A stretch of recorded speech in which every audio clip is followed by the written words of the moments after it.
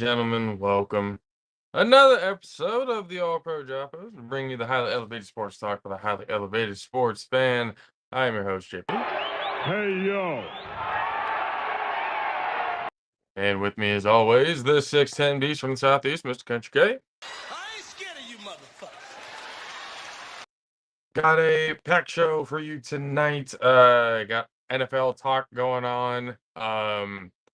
We got Luis Ojeda, National Scout, A7FL National Director of Operations, who will be joining us at 7:30.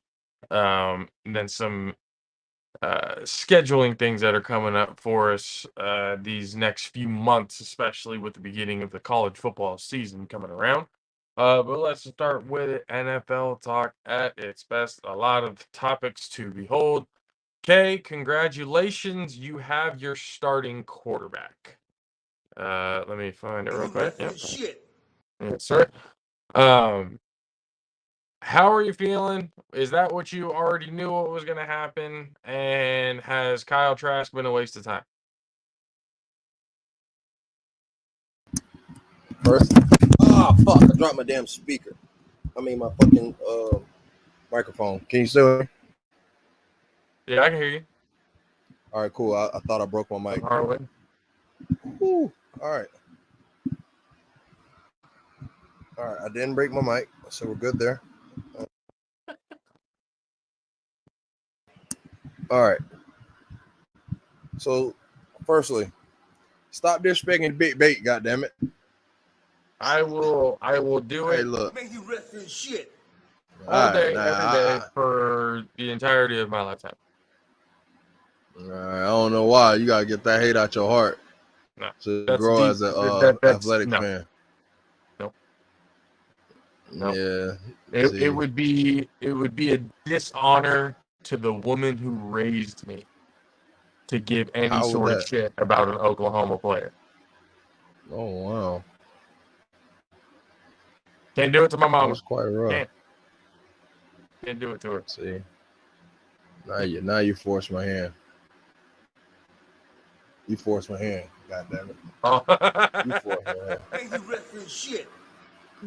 You forced my goddamn hand, man. That's what you did. That's what you did. Hey. You forced my hand. Because you had a perfectly good background. Me and Mark in the background. And now you forced my hand. You could still keep that up there if you wanted to. It's your own pettiness that's coming out wanting you to put this up. No. You how am I petty? When you slander my QB1, you have automations for him whenever we mention his name. Like, who's the petty one in this situation? I am sitting here completely just sitting back and waiting on the season as every NFL fan that takes NFL serious watching preseason games.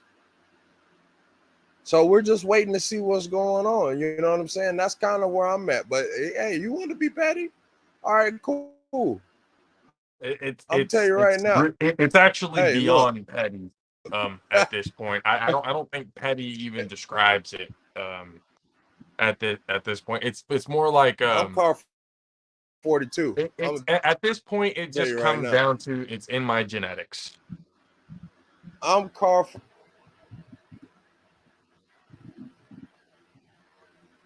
Just like it's in your genetics with who you like in the pettyism, disrespectful to FSU and. I'll be realistic when it's time to be realistic. You know what I'm saying? So that's just kind of where it goes. I mean, I haven't been wrong about their quarterbacks yet. I haven't been wrong about a lot of this stuff. So, hey, I'm just saying QB1. That's my QB1. And you asked me when was a couple years ago. Would you take him in Tampa? I said, yeah, after Tom Brady gone. And this is literally exactly what I fucking asked for. You manifested it. Now you got to live with it. What do you mean live with it? Like, it's not an issue. Big Bait finna do his thing. We finna win the NFC South. I'm not even worried about it. That's the biggest fucking mask I've ever seen. All right, so no, I'm He's serious. in so much denial right now. Who He's would you? actually rooting for the guy. Nah, not at all. Not at all. I'm being serious. I've been rooting for Big Bates since he was at Oklahoma. Man, you referee shit. Hey man, you feel how you feel, but I But have. but there has been something that came up that it brought me back to a conversation that we had a long time ago during the draft at this time with like when Jonathan Taylor um was being drafted out of Wisconsin his rookie year. I remember the conversation and us being in agreement that if you had somehow gotten Jonathan Taylor, with Tom Brady who was, the quarterback and stuff at the time, that would be a nasty run game and it would be, like nuts. Well, this is a situation now where you have a chance to possibly get him, which would be a huge help for, Man, you Baker referee Mayfield, shit. because we all know he struggles without a run game. So at this No, not point now, necessarily. That's not true. People continue to peg that, but every quarterback struggles without a run game. It's like you can't just state the obvious and Patrick peg it for one Mahomes has person. been doing just fine without a run game. No, he has not. That boy been running his goddamn self. They run like somebody got to run. Shit, that's pretty Two much out, what two the out of deal three is. Super Bowls tells me he's doing just fine. Yeah, the first one he had the boy Clyde Edwards-Helaire running the ball very nicely, and he had Pacheco running the ball very Yeah, nicely. but the last half of the season, the run game was non-existent. But You they even didn't look at need it it. in It fantasy. was based off. People were dropping Clyde Edwards-Helaire, one, because he couldn't stay healthy. That was one of the reasons. And then Well, Pacheco, yeah, true. was one of those late season fucking, gems that just kind of came up out of nowhere, a guy that could do it all. So, I mean, but I was that's thinking, fine. But John, that at the same time, their matchups dictated they didn't need to run like that. Because if they really need to run, they would have struggled. so They do didn't need you, to I run like mean, that. so then can you answer me this? With Jonathan Taylor looking for a trade and stuff like that, would you make an offer for him? No, because I already have a decent run game right now, and we don't have a strong enough O line for that kind of power back. And then what would we lose? And the other half of that, like they would want some of our receivers. They would want all like to put around Anthony Richardson. So any team that Jonathan Taylor is going to, they're gonna try to take their receiver. You Like don't think they'll or try to get? draft it. I was about to say, like, I don't think Both. they're going to go for any players. They're going for draft picks here. Nah, Jonathan Taylor, look, you can get the draft pick back at the exact same time. At the exact same time, they still need a receiver. Like you gonna track Anthony Richardson out there with just Michael Pittman Jr. and Ali Cox and no run game. All right, you better have a receiver. At least try Well, to I be think the something. universal, because the weird thing is, obviously they didn't want to pay him top dollar as a top running back, that kind of thing. But when they're asking for trades, they're talking about star quality, type of a haul. So it's like, okay, you don't value him enough to pay him, but you value him enough to trade him away. What Is you it can the get fact that value wise for him. why do But people always go about they value the guy? Like it has nothing to do about value. The Colts fucking suck. They need players. They are fucking trash. The Colts are so fucking then, trash. so then it's at this point because they've already announced that uh, Richardson is going to be the starting quarterback. It's kind of universally known that they're probably going to be a bad team overall.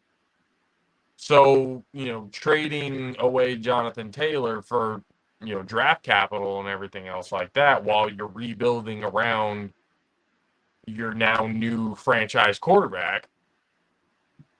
I mean, it's not the worst move Okay. we've ever seen in the world. Yeah, but it's dumb in the aspect of you're gonna again, same guy. You're tracking Jonathan Richardson out there.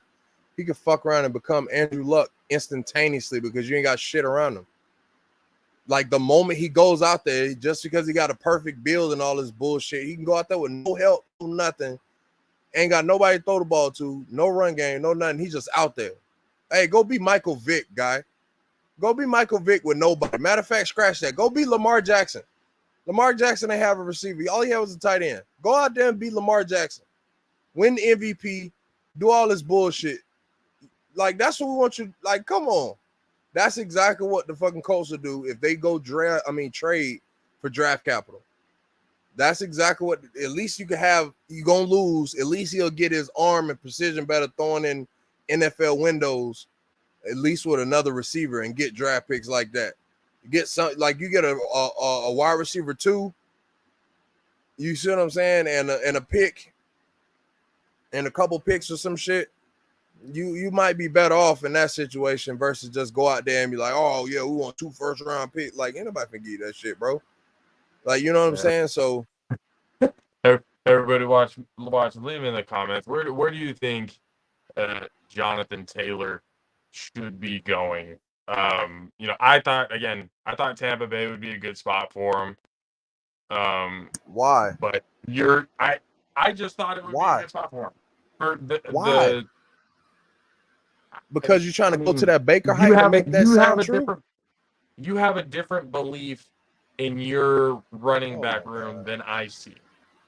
No, it has nothing to do. So that's Look, why you I'm cannot continue to peg that. That's not what I'm saying. I'm not saying I believe in my running backs more than getting.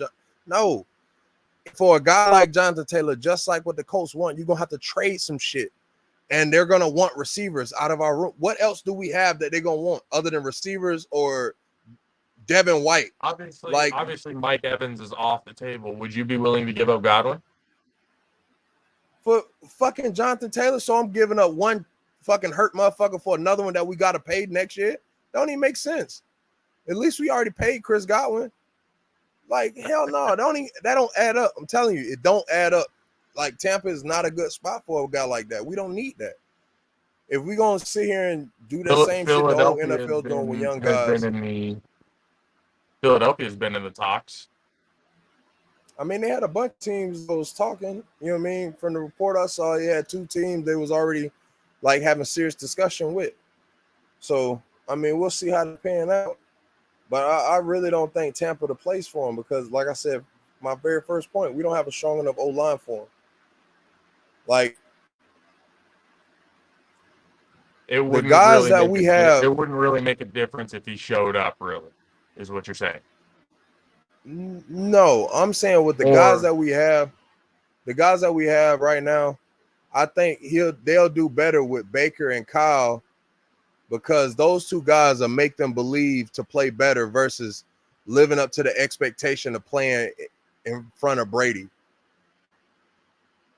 Because a lot of them guys probably was super nervous playing in front of Brady. Could have been Luke Gedeke, one of them, because boy, I tell you, I slandered him all last season. So look, and he ain't been showing me nothing. He got demolished against the Steelers.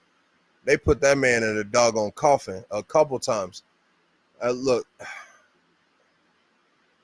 all I'm saying is Jonathan Taylor don't need to be in Tampa. Hopefully he finds a home that needs a running back, but it for sure don't need to be Tampa because I'd rather go with what we got right now and then try to make adjustments later on. But I know our biggest issue is O-line. That's the number one thing for you guys. But I mean, him going to Philly, that could be. I mean, they just had DeAndre Swift leave, so replacing him with Jonathan Taylor, who in a lot of people's mind, and in reality, Jonathan Taylor actually is a lot. He's better than DeAndre Swift. Having him on the Eagles, who were just last year's Super Bowl contender, they still have pretty much their entire offensive line back. Graded the number 1 offensive line last year. So that could be a good spot. What's another spot that I saw? Oh, they were talking about Dallas might make a play. For For the type of team they have, Dallas makes sense. But I mean, they I think got it a would be couple young needed guys because over there. because Nah, for they got a couple them, young guys that's solid.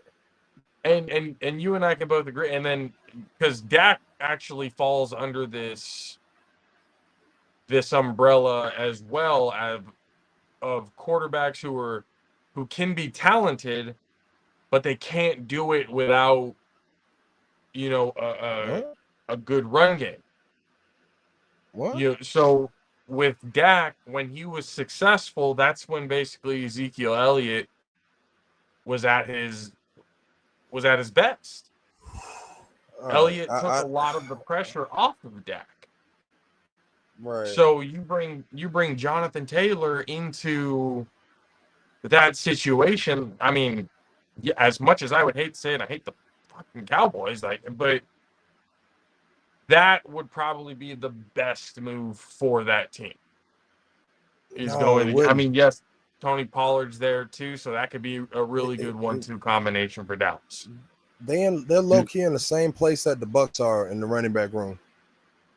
They moved on from Zeke to let Tony they Pollard also run got the show. Vaughn. Deuce Vaughn's Yeah, been that's doing what I good was with about to Richardson. tell you. That's exactly what I was about to tell you. That's Damn. another place where Jonathan Taylor don't need to go. I'm like, the way they structure their team, yeah, it makes, but that's not the place for him to go. But just simply because they gave Tony Pollard the reins. Why would you sit here and give him the reins and pull him back? That might affect his play. Then he gonna want out. Then you lose Tony Pollard, and then you got to pay Jonathan Taylor the very next year. So now you might Jonathan Taylor. So now you done made a trade where it might not pan out, and then on top of that, you're gonna lose both running backs. All right, that makes sense. Like, nah, that was not a place for him either. I feel like his best bet, if they trade him anywhere, they got to trade him somewhere like Minnesota, Miami. No, because then you gotta give up either Waddle or somebody like that. Like, you got to give up some. You really think they're gonna have to give up a player? No, I think the coach Just gonna need just a player. draft picks and that's it. Have, that's why it could work. They won't have to give anybody else. They just have to give some draft picks. And look, you keep driving that draft picks thing. You're driving that draft picks boat. I'm like, all right, cool. Get the draft picks, and then you're gonna have to draft another quarterback. So go ahead, go get the draft picks, and then draft another quarterback, because that's exactly what's about to happen. Because Jonathan Taylor is not gonna have help. He's gonna get hurt. He's gonna get hurt. Miami? I mean, not He Jonathan doesn't Taylor. have help in Miami. I didn't mean Miami. I mean Anthony Richardson. That's what I meant to say. If you get damn, you went all the way back. Anthony Richardson. I thought we were still talking about. Well, Jonathan yeah, Taylor. because that's where he's at. That's where he's at. Jonathan Taylor's leaving the Colts. So if you trade Jonathan Taylor for draft picks, Anthony Richardson's not gonna have any help. That's what I meant to say. Anthony Richardson's not gonna have any help, and he's gonna get hurt, and you got to draft another quarterback. I mean, I said all that. I just messed up the name. Now that makes okay. Yeah, anyway, now that makes sense. But yeah, I said, yeah, it's not gonna make sense. Like, you would just put yourself in a situation. I'm telling you, they best bet is to try to trade for a wide receiver or like a DB. They got to trade for a player and some picks. Like, you got to get a number 2 and some picks. That's your best bet to try to build on a team. You see what I'm building on a team that's terrible. That's all they got, because at least the Texans had 2 picks. The Texans was able to build. You see what I'm saying? Like, you got to figure it out at that point. And if you go do that draft pick stuff, you really just saying, oh man, make it through the year. Because what you should have did is like, all right, we're gonna trade Jonathan Taylor for draft picks, and Gardner Minshew, you're the starter. Gardner Minshew, you go start. Uncle Rico, go out there and do your thing. We're gonna sit you for the whole year. Tell you what's going on. You know what I'm saying? Like, bro, we're not finna get you hurt. We just gonna have you sit back, learn NFL lifestyle, get your stuff together, get your body together. I feel like that's probably your best bet if you're gonna sit here and trade Jonathan Taylor for picks. That's your absolute best bet. If you don't do that, that's a good you point. You're gonna have to draft a doggone another one. And then Gardner Minshew basically just did the last 4 years of his career. You know what I'm saying? Not trying to laugh at him, but that's real deal what happened. He had to Yeah. pick up for he played the year before Trevor got there. Then he played the Eagles when what's the name got hurt. Gardner Minshew been just filling in. He been a seat filler the whole time. So at this point, you kind of got to let him be a seat filler. Gardner Minshew might be Nick Foles on some no bull. He might end up being Nick Foles, like come in and the win a right Super Bowl for situation on somebody. the right team and stuff like that, then yeah, maybe I could probably see that. I actually think Gardner Right. Minshew's like not just entertaining, but he's actually a pretty decent quarterback. But that's just me. Yeah, Anyways, he's ladies solid. and gentlemen, before we hop into the next segment, here is the message from our friends over at Raise Energy. What's up, JAFFO Army? JP here of the All Pro JAFFOs, bringing you a message from our proud partners over at Raise Energy. Raise Energy takes a giant leap of faith with instilling a high-quality formula to bring the consumer a powerful yet sustained energetic experience to help us put your workouts and focus in general to the very next level. Perfect for anyone at any time. Raise Energy has become the most popular, the best rated energy drink on the market to date, with a phenomenal flavor profile that puts most of the competitors just downright to shame. Powered by the enhanced refresh technologies, Raise Energy delivers with a performance-enhancing energy drink profile that aids in the most often overlooked categories, which include targeted focus, enhanced recovery time, as glycogen becomes depleted, improve clean energy levels, boost in stamina and in hydration. Most importantly, each can of Raise has absolutely 0 calories, 0 sugar, 0 carbohydrates to give you a smarter and healthier option. You should not have to drink or settle for any other energy drink that contains more sugar and carbohydrates than you can count. Instead, opt for the smart choice with the #1 fan-voted energy drink on the planet with Raise Energy Drink. Use the promo code ALPHARAISE at checkout to get 15% off of your order. Demand more. Join the Raise Rebellion. Let them know the JAFFOs sent you.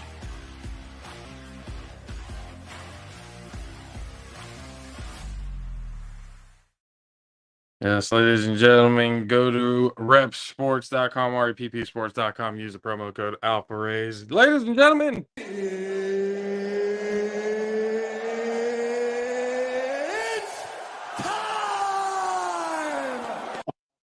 one of the human beings who we got the pleasure to actually meet in person finally at the A7FL Championship. He's been, giving us the support and everything in the background, and now finally getting the honor of actually getting to talk to him on the show. The A7FL National Director of Operations and a leading scout for the Hula Bowl. That's and countless other just the background of this man, ladies and gentlemen. We're gonna get into it right now, but please welcome to the show, Mr. Luis Ojeda. What's up, Mr. Ojeda? What's up, JP? Hello, people. What's up, JAFFOs? I love it, man. This is. I've been excited all day. Excited to be here, and I'm excited to talk a little football. I mean, you're right. I do the A7FL, but now it's college football season starts next week. I will travel to Minneapolis for the kickoff classic. Eastern Washington versus North Dakota State in Minneapolis, where the Vikings play. I'll be in Texas this year. I'll be all over the country. I'll be at Ohio State versus Maryland. I'm really excited to promote the Hula Bowl as one of the best all-star games in the country. And shout out to all my Hula Bowl buddies that are watching. Jimmy Williams is the brain trust of the big board. He lives over in D.C. And, of course, Damon Talbot, who's the director. He's down in Orlando, Florida, where the game is being held. Moved from Hawaii to Orlando for a few years. So let's keep people in Hawaii in our prayers. But let's talk some football.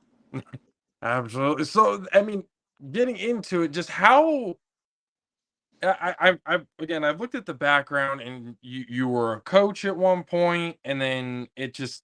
How did it get into this point of you becoming a scout? Like, how does one even become a scout? There's a lot of you're one of many people that ask me that question on a monthly basis, and I give them the truth. I go, if you're not volunteering your time at a local college, if you don't start like where every scout starts, even interns. I was an overage intern. I decided to raise my family before I decided to start scouting. So the first few years, I mean, this is my 16th season, but the first few years, I mean, if it wasn't online, I mean, you could, with a computer now, you can scout from your living room and do player reports, get together with some of these brain trusts, like I told you, Jimmy Williams earlier, or Mike Bay, another great brain trust in the scouting world. These guys have enormous talent to deduce film. Well, I'm an old guy. I'm one of the old guys now. I'm 57 years old. I love everything that I do, and I love the people that I work with. So when I go out in the field now past all the internships, and now I'm compensated and all this other stuff, I go out into the field. I cannot scout on a computer. I need to see the character of a man. I need to literally walk by him and see how he treats his teammates, how his coaches treat him, how he talks to his coaches. What does he do after a touchdown? What does he do when he fumbles the football? I'm talking a running back there. Offensive lineman, what does he do when he misses his block? Does he blame somebody else? Does he take accountability? We already know they're good. If they're playing at Ohio State, Notre Dame, Michigan, Washington State, I can go on, USC, they're already good. They're one of the top players in the country. Remember, at our job, is simple. 7,500 college seniors every year, roughly. We have to deduce that down to the top 500 players in the country. From that, then the senior bowls and some of the people that are going to get drafted don't play in extra games and stuff like that. Think about it. Out of 7,500 where we start to 500, and the draft is developed, the combine is developed, and all the teams have a good list of players that have already been combed through by video, by personal visits, like I do. I mean, I walk the sidelines. I'm not one of the techie guys. I'm one of the old guys still. I mean, I remember early internet for me was, the dial-up modem. So, 16 years ago, it was a chore to fax in your stuff. I mean, so that'll tell you where I'm at. JP, man, I'm excited, man. Tell me what you want to know. Oh yeah, no, because obviously what we do here, we played over at San Jose City College together. So, we've had some of like the JUCO college experience, but being around it, kind of seeing it, that's one thing that we've always kind of talked about on the show as well, was the intangibles are one thing. Everybody has intangibles. Otherwise, they, like you said, they wouldn't necessarily be in this spot if they didn't. It is a lot of the character, a lot of how they perceive themselves. And we feel like we've done a pretty decent job at being able to like see that and kind of call that, because we watch football religiously. We've been around it, forever, our entire lives, so it's something that we've broken down. We've played the game. We've talked with coaches. We've talked with players. It Getting the character of the person will definitely give you a better understanding on whether or not they're going to be beneficial to your team. Are they going to be something that's going to uplift your team, or are they going to be a cancer to your team? Amen. Amen. So, And cancer is a big thing right now. Metaphorically, obviously, right. big thing in football. One guy can destroy a team from within. I mean, one bad locker room, it goes on and on. I mean, we're going into philosophy, which I don't really deal too much in. But I got to give a little shout out to Country Care. Are you there? Or is that you out there with that? He's there. I'm looking at who's that? Yeah, I'm here, sir. Oh, Yeah, how you doing? no, that's Baker Mayfield. I'm good. University of Miami guy. Oh, yes, sir. Yes, sir. Big fan of the Hurricanes. I don't know No, if you have I your see. camera on. Okay, I'm making No, sure we I, got the so camera on. I got a little bit of love for the Gators. I went to high school with the Pouncey twins and Chris Rainey and all them boys. Oh, okay. So yeah. so I got a little love for those boys. You know what I'm saying? I'm 03, 07, just like them. So they got a little bit of the reason why they won the 08 championship because of Nelly Secundus, but that's neither here nor there. It sounds like you've slept on that one a few times. So okay, I'll leave that one alone. But I've got a great story about Miami, University of Miami, and I'll show you my age. I was Okay. scouted. I'm actually a Lake Placid, Florida guy, right down the middle of the state, south of Orlando, about a couple hours. That's my mom and dad still live there. I was scouted by a gentleman by the name of Howard Schnellenberger at the University of Miami. That'll tell you how old I was. Or how old I am now, because I mean Howard Schnellenberger in 1984, did he win the national championship or did Jimmy Johnson win it the following year? That's the question. And then Howard Schnellenberger was scouting me, and when he left Miami, he said, "No, I want." Jimmy Johnson came in. The first thing he said is, "I want no wide receivers under 6 foot tall." Well, I'm 5'11". So they basically scratched my visits and all that stuff. But that's my University of Miami story with Howard Schnellenberger and Jimmy Johnson. And by the way, that's the same year that Michael Irvin became a Hurricane, by the way, 1984. That's like this story right there. That's old school. That's a great story. Let me ask, what was that city you said again, south of Orlando? Lake Placid, right south of Sebring. Oh, okay. Yeah. Race. It's Orange Grove country. That's where my parents are at, and my brother still lives there. My sister's over in Virginia. So, but that's where I'm from. Okay. Oh, yeah, I'm from Lakeland, personally. Oh, Lakeland used to beat it. Yeah, Lakeland used to beat us. We used to have an off schedule with Lakeland. They used to beat us all the time. Yeah. They're a little bit bigger cities, you know. That's all right. That's all right. We still play. And then back a real quick question. How big are you again? 6'10".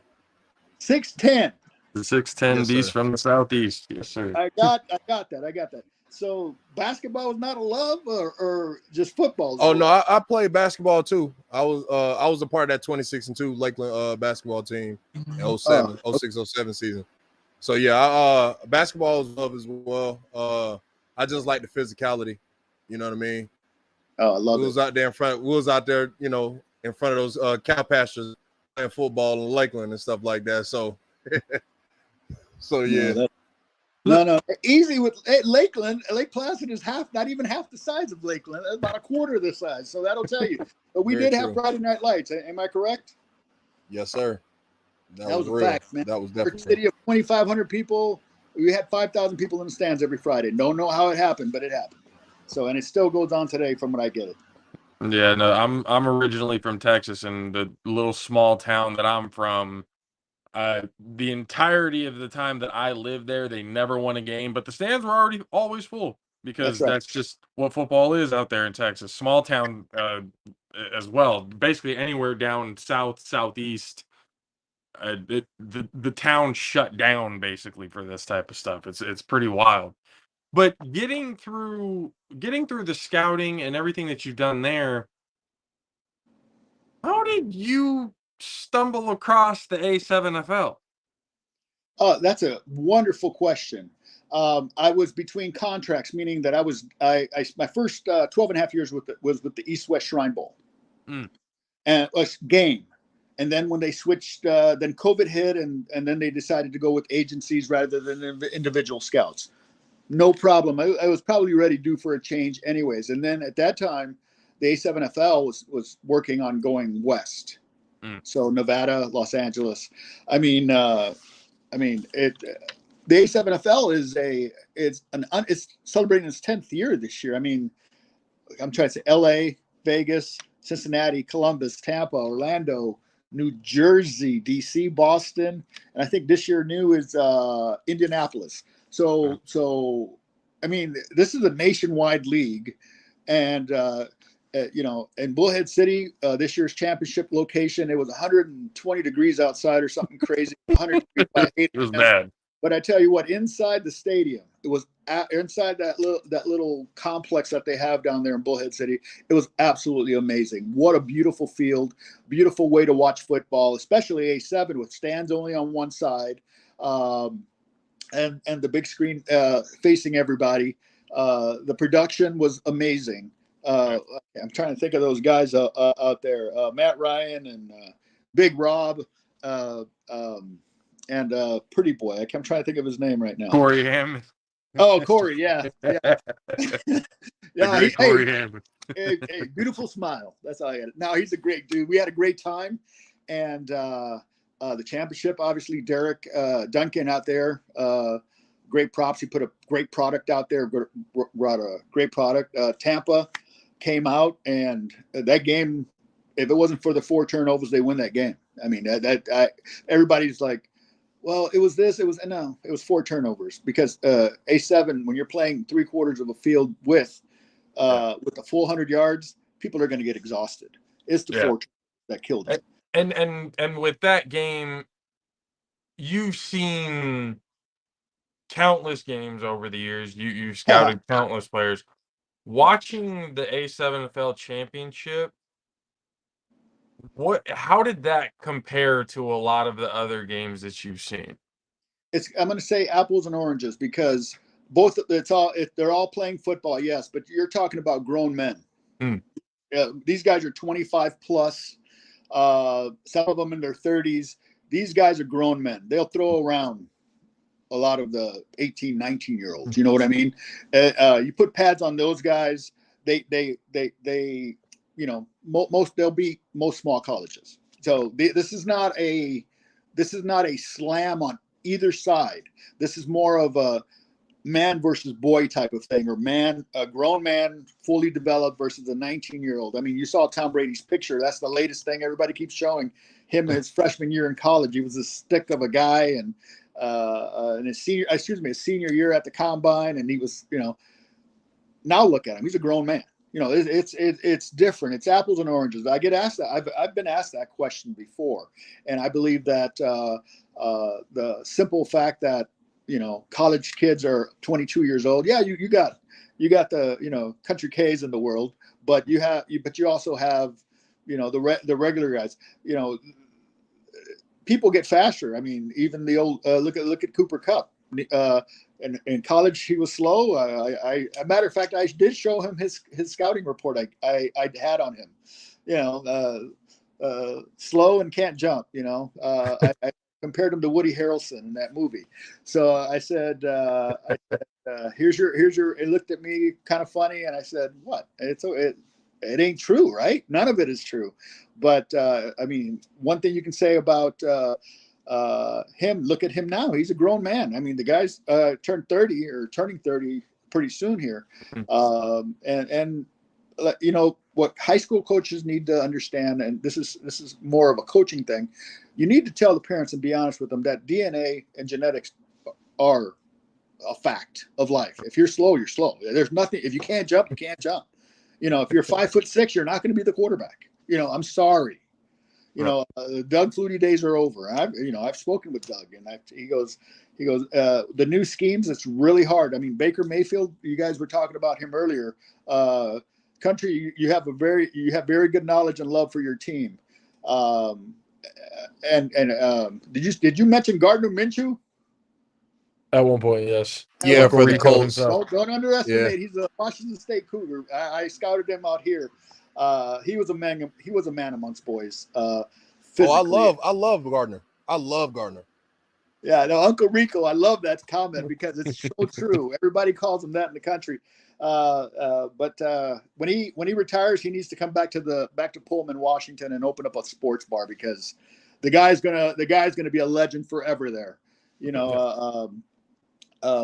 Where were we? We're talking about scouting. Anyways, back to a little bit of my resume. I think you probably read that already. Yes, I was a high school coach. I'm still a referee whenever I'm in town, which is never on football season. But if the playoffs, or I happen to be in town for some reason or something gets canceled, then I'll go go a Friday Night Lights, get my football gear on or my officials gear on, and I'm a referee here for the Washington State WIAA Referees Association. Hmm. I just keep that. I just pay my $20 dues or whatever. I pay my dues. It's irrelevant because it goes towards a good cause. Keeping officials on the field. So that's a whole nother topic. So when you're the difficulties of scouting, I feel like are a little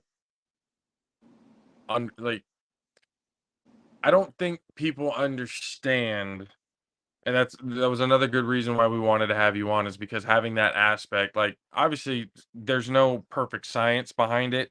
It's usually, kind of the eye test. What you see is what you're gonna put down and what you're gonna and it's not perfect because you see all the time, these high school kids and stuff like that coming out, they, rely on that star system, which, in my opinion, I think is a waste of time because you've had plenty of guys in the NFL who, no star, one star, two, like, and still are have Hall of Fame caliber careers. Absolutely. So do you, when it comes to the scouting and stuff like that, and when you want to talk to kids, and especially you talked about talking to parents on being able to let them know the realities of what it's going to take to get to that next level. How do you feel about like the star systems, and like is that something that you necessarily agree with? Is it something that's reliable when it comes to scouting? It is reliable, but there are, it's more of a 60-40 rule. Yes, follow the star 60%, but 40%, I'll take a guy with heart and 2 stars over a 5-star any day. I mean, and then let's go back to now. Let's talk GMs. I will take if I need a lineman, like you guys were talking about earlier. There's no reason to pick up a running back. There really isn't, unless you're going to grab them and trade them immediately for a lineman that you need. That's a totally different hat. Now we're talking becoming a GM, player personnel guy. You have to know your team's needs. For us, it's simple. We have to literally find the best players in the country, and at all levels. And I mean, I just did a combine in Bullhead, and some guy ran a 4.240 in the combine that we had there. Now he signs with the Dallas Renegades. Now let me tell you something. 0 high school, 0 college football. Now he's playing professional football. Why? Because there's something you cannot teach. 6'4", 210-pound, running a 4.2. I didn't even realize he was that. I remember the 4.2. I didn't know he was 6'4". He's massive. A grown man. Once again, but he had something going for him. He's 24 years old. Yeah. If he's 26, 27, nobody's going to look at him. Except, playing in the A7 or playing, Vegas now is going to have the Vipers down there with the XFL. I work tightly with the XFL, USFL guys because they're all my brothers growing up in this profession. So I talk to them all the time about lightning strikes, and this was a lightning strike. If he ever makes it to the show, Kurt Warner, move over. They'll make another movie about this guy. So hopefully Kevin Costner will play my part. That's all I'm saying. But I mean, when we come back to like that combine that weekend, everything that was involved with everything that happened, and I'm kind of speaking for Mad Sticks here because unfortunately his schedule got moved around and stuff, so he wasn't able to be on the show today. But he did want to give a shout out to you because you basically kind of, and we wanted to thank you for this because a lot of the footage that we got, especially from championship weekend, when you grabbed him and basically brought him to the coin toss, you basically like sought him out and told him to come over here, and that like the entrances and everything else like that was something that we were really appreciative for because it's coming out soon, and Kay has been working Coming out tomorrow. there we go. So he's been working his butt off on all the footage and getting everything together so we can, put a good video that portrays how awesome that weekend was. But like we did want to thank you, like honestly, for giving that opportunity and everything like that. That was awesome. Thank you, and that goes for everybody. I mean, it wasn't a one man show. It was. I mean, it took a full production team to do this, and as in any game or any all-star game or any championship game, if you don't have the workers in place, and only a bunch of chiefs, I don't mind being a worker. I don't mind being a worker. So I never have, and I think that's why in this profession, I have been able to climb through it so well because, don't ever exaggerate, don't ever lie, don't ever steal, and don't ever try to bring an entire group of people with you to an event. You know what I mean? Like I get special privileges to go scout at Ohio State, University of Washington, Oregon State. I get special privileges, and I'm allowed a +1. Usually it's an analyst or somebody that helped me with the video portion of it. And then I hit the road. When I hit the road, my biggest fan is my wife, thank God. And without her support, I wouldn't be doing any of this. No, yeah, I know how you feel. Same thing with everything that we've been doing when we've been going, and because we've been the last few years been pretty close with San Jose State.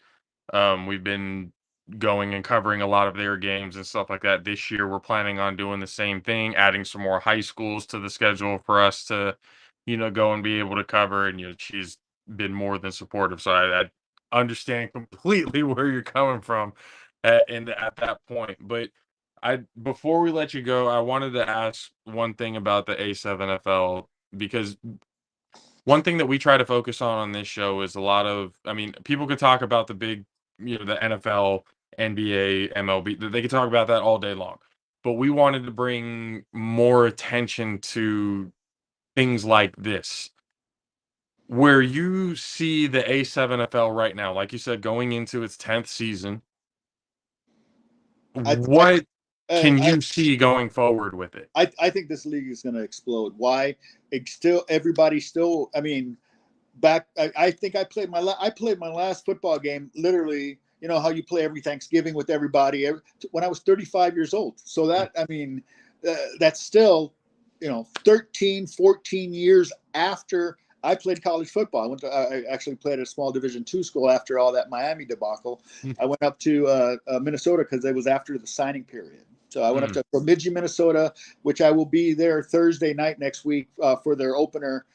Their quarterback is a two-time All-American D2 guy. So I'm going to take a look at him. But then I'm going to head down to Minneapolis and watch North Dakota State.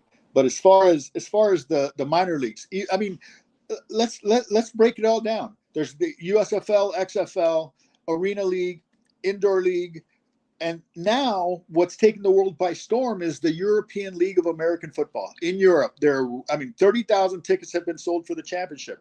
So let's go back to when all these people are done playing. Where can you go play? There's not a lot of places guys can go play where there's going to be a referee. A7FL is one of the places. Now, let's be serious. Now, this is not flag football. This is grown man. They're going to hit you, and you're going to feel it. Grown man type of football. This is not two-hand touch. This is everything you're going to get with pads on, without pads. People call them crazy, but I'm a Shriner, so we've been doing they were doing a few head studies. Less concussion in the A7FL per capita than the NFL, than the XFL, than the USFL. I mean, per capita. Now, remember, there's not that many players on each team, and there's not that many teams, but there's less concussions. Why? Because they're not using their head. Because if you use your head, you're nuts. It's your own flesh. There's no plastic or high-tech concussion, try to concussion-proof stuff. I mean, that's a whole nother discussion, the concussion side. But A7 has proven over 10 years that they have less injuries. Yes, a lot of soft tissue injuries, but that's going to happen anywhere. No.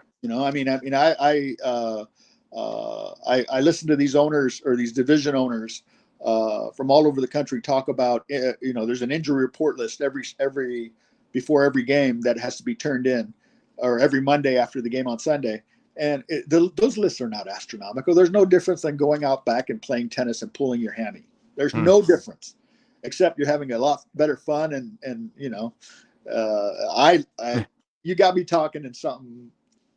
I mean, Totally I from what we've seen from this league, like we're with like it's something that it brings excitement and it's something that everyone can relate to because it's essentially what people do every Thanksgiving, in this country, all around the world. Like it's basically a league of a turkey bowl league with a full schedule, playoffs, and a championship.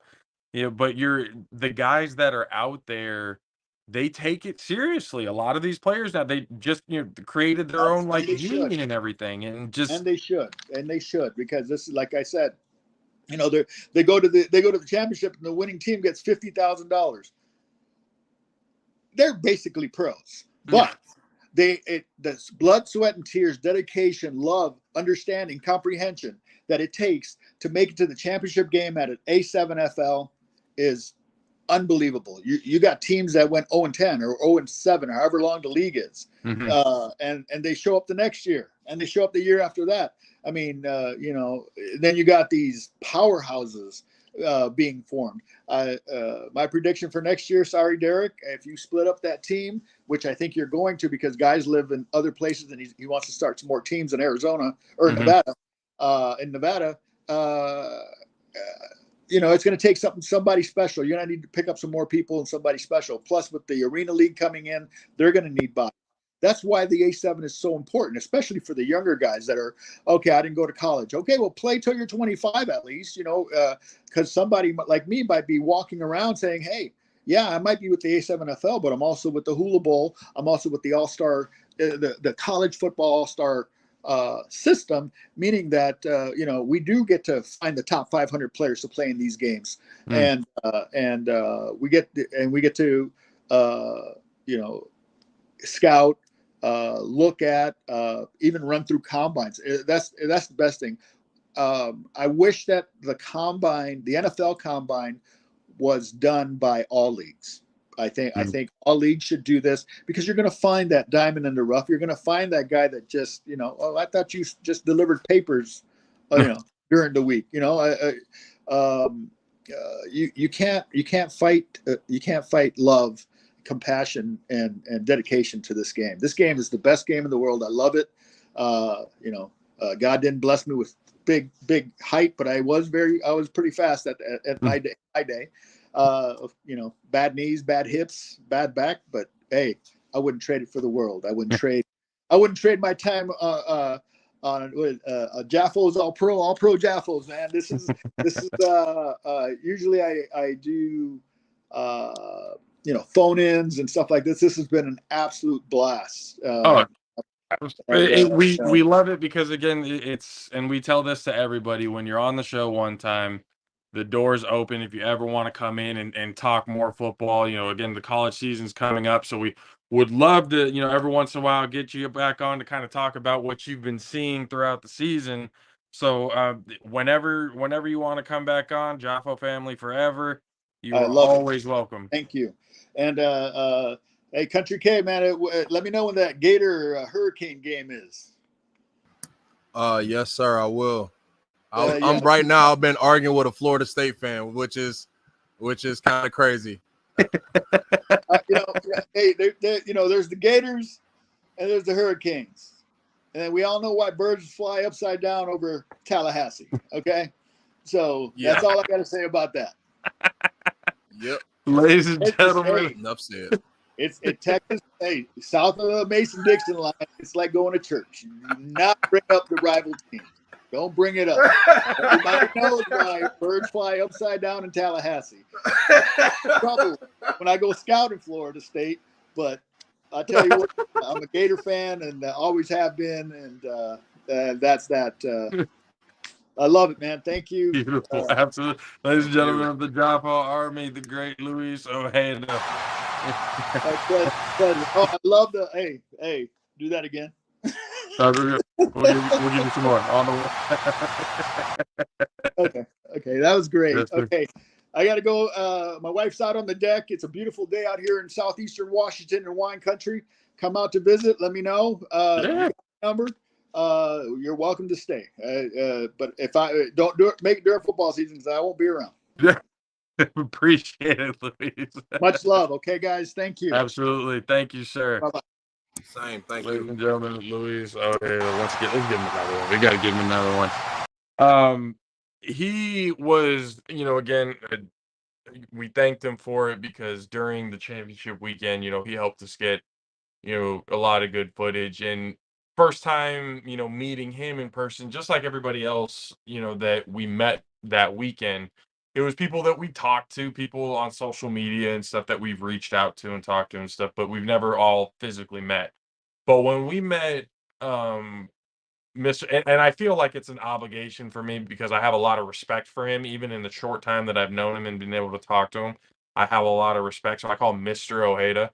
Um, but first meeting him, it wasn't a handshake, it was a big hug. He was happy to see us, he was happy to work with us.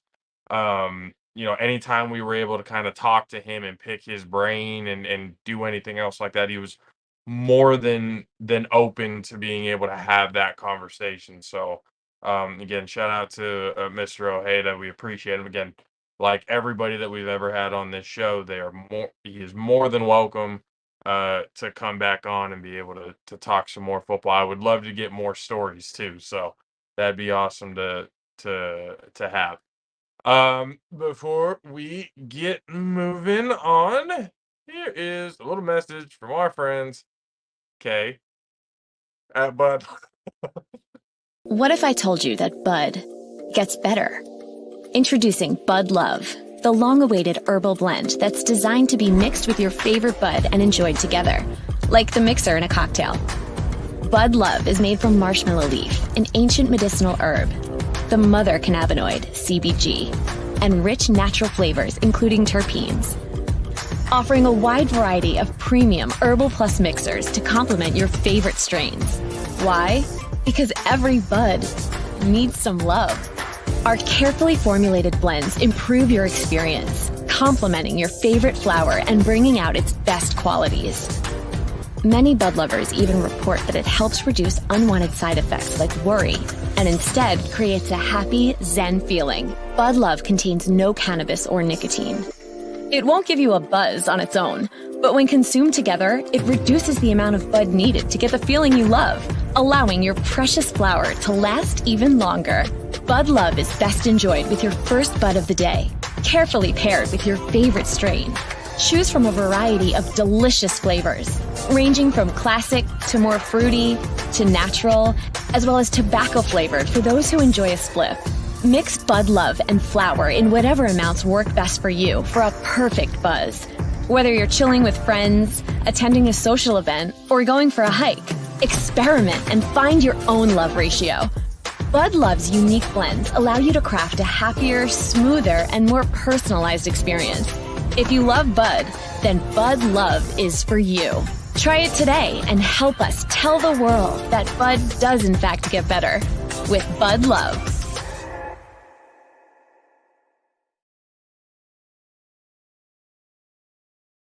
yes, ladies and gentlemen, go to budlove.com and use the promo code Jaffo Army to get 15% off your first order. So obviously we just got done talking with Mr. Ojeda, and he's scouting in college football. He's all over the place.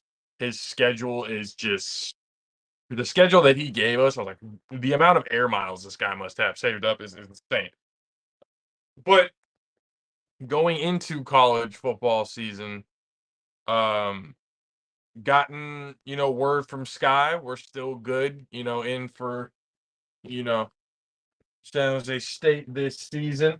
Unfortunately, due to myself and Kay going through our first OTAs in a little while, Sunday, September 3rd, we probably won't be able to make the Oregon State game that's at San Jose State. Or maybe we can, one of us or something. I don't know. We'll figure that one out, but doesn't really look like that one's going to happen. But the rest of the season after that, most of the games are on Saturday. It's just a timing issue at this point, but we'll be able to get down there and get more coverage, more down the line coverage and everything from San Jose State. Things are looking very promising this season for them. So be on the lookout for that. Gotten the okay from longtime Jaffo family member and Mountain House High School head coach Jabari Carr.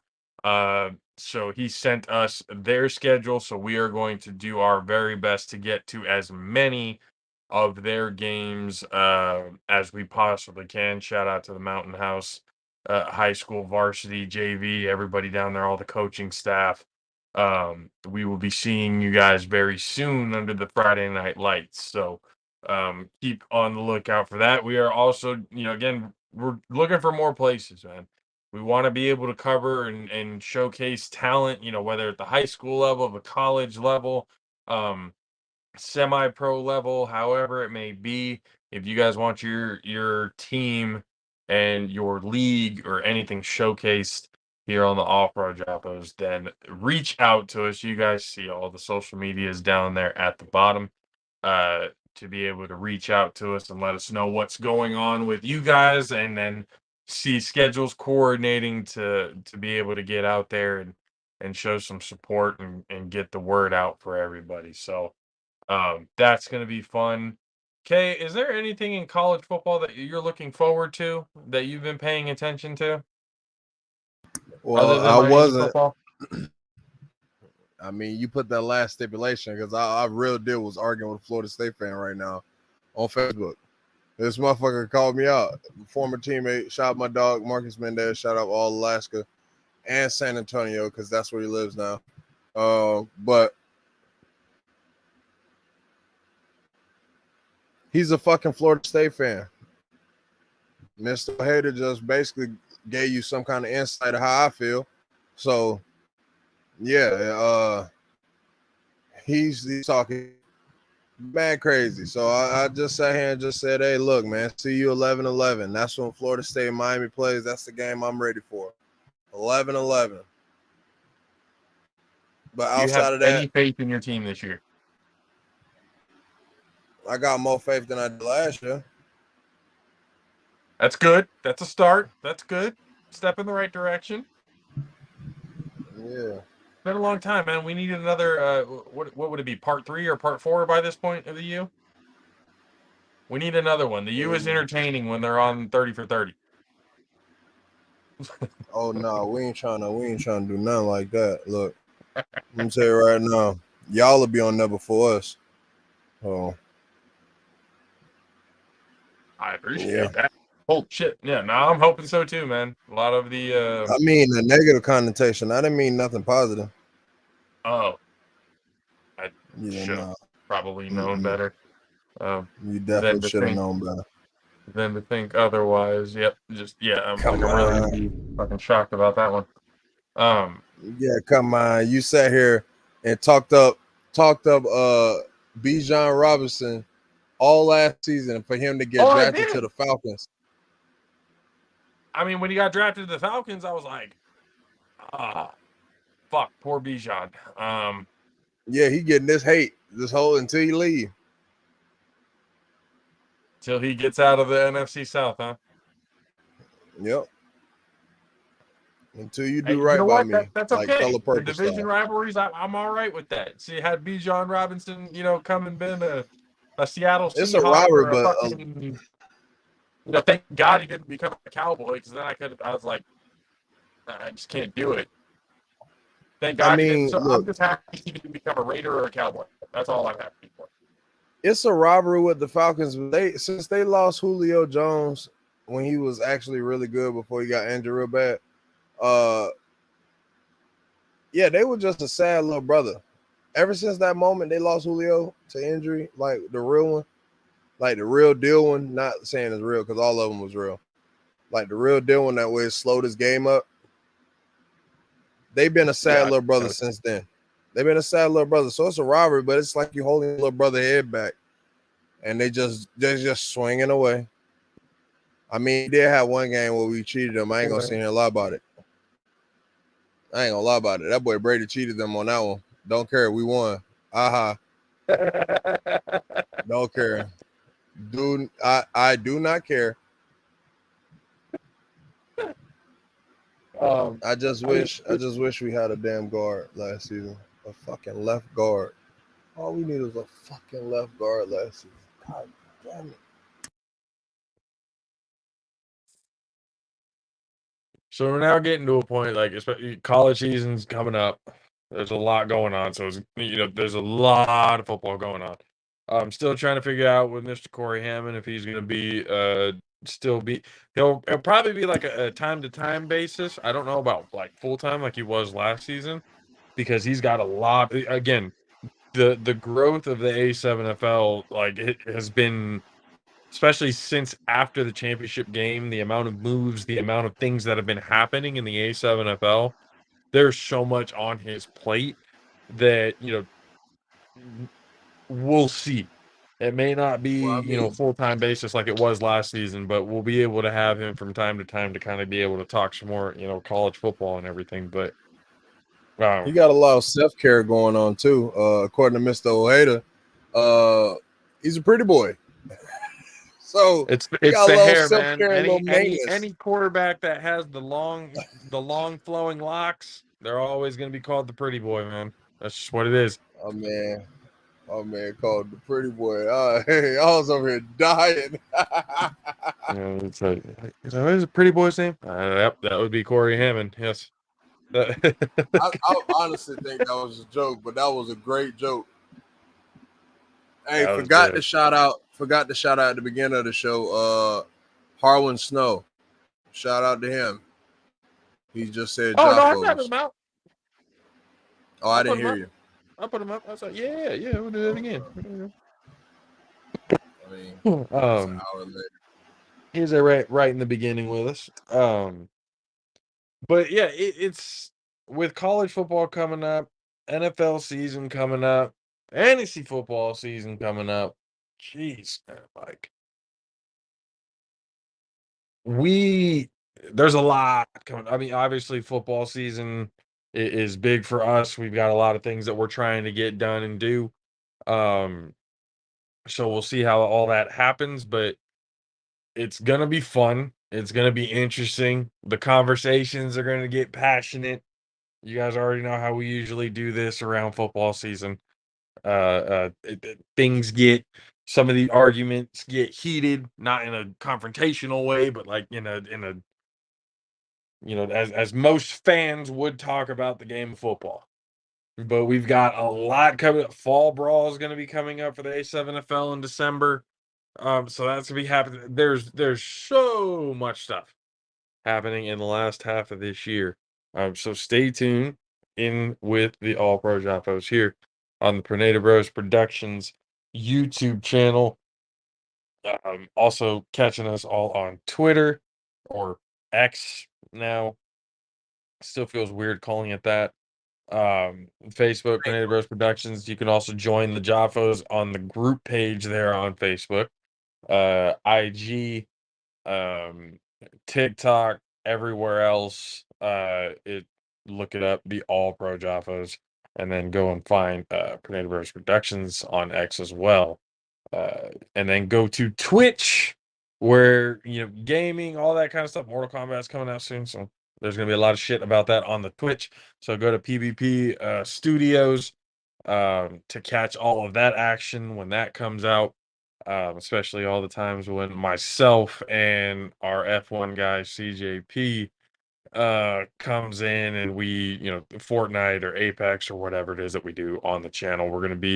I'm still getting a couple more things straightened out with the WWE 2K to be able to get that whole storyline thing out.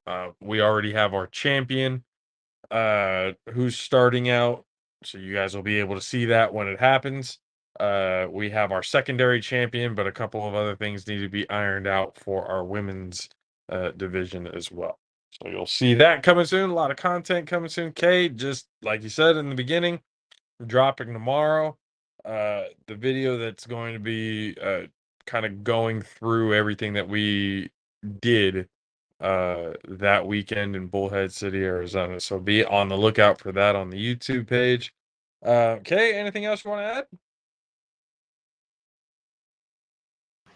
Nope. Nope. No wash your ass this time? Nope. No? Okay. And ladies and gentlemen, the job army. Once again, we appreciate the hell out of every single one of you guys for hanging out with us on this Wednesday. Come back with us on Friday for the next show. Got a lot of things to talk about. NFL is moving. So we will be too. College season coming up. Fight game coming up this weekend as well. You're not going to want to miss any of it. All Pro JAFFOs. Highly elevated sports talk for the highly elevated sports fan. For myself, JP. For the 6'10 Beast in the Southeast, Mr. Country K. We'll see you guys next time. Deuces.